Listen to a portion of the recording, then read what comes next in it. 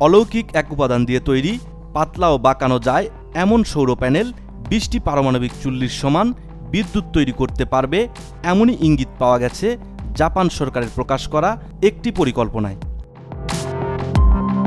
জাপানের শিল্প মন্ত্রণালয় প্রকাশিত খসড়া পরিকল্পনায় বলা হয়েছে, পরবর্তী প্রজন্মের এই সব সৌর প্যানেল তৈরি হয়েছে পেরোভক্সাইট নামের উপাদান দিয়ে, যা 2040 সাল নাগাদ 20 গিগাওয়াট পর্যন্ত বিদ্যুৎ উৎপাদনের সম্ভাবনা দেখাচ্ছে। পেরোভক্সাইট পরিচিতি পেয়েছে সৌরশক্তির ভবিষ্যৎ হিসেবে, যা প্রচলিত সিলিকন ভিত্তিক সৌরকোষের চেয়েও উচ্চ কার্যকারিতা দেখাতে সক্ষম বলে প্রতিবেদন লিখেছে ব্রিটিশ দৈনিক ইন্ডিপেন্ডেন্ট। তাত্ত্বিকভাবে পেরোভক্সাইটের একক কোষের কার্যকারিতা 43%, যেখানে একটি আদর্শ সিলিকন কোষের কার্যকারিতা 29%। এমনকি নবায়নযোগ্য শক্তিকে দ্রুত রূপান্তরের সম্ভাবনাও দেখাচ্ছে নতুন এই উপাদান দিয়ে তৈরি সৌর প্যানেল।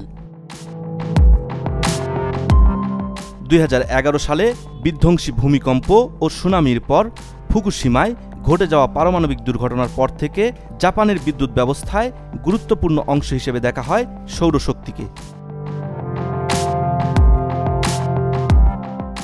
এ ঘটনার পর বৈদ্যুতিক গ্রিড বিপর্যয়ের পাশাপাশি পরিবেশে দূষিত তেজস্ক্রিয় উপাদান ছড়িয়ে পড়েছিল।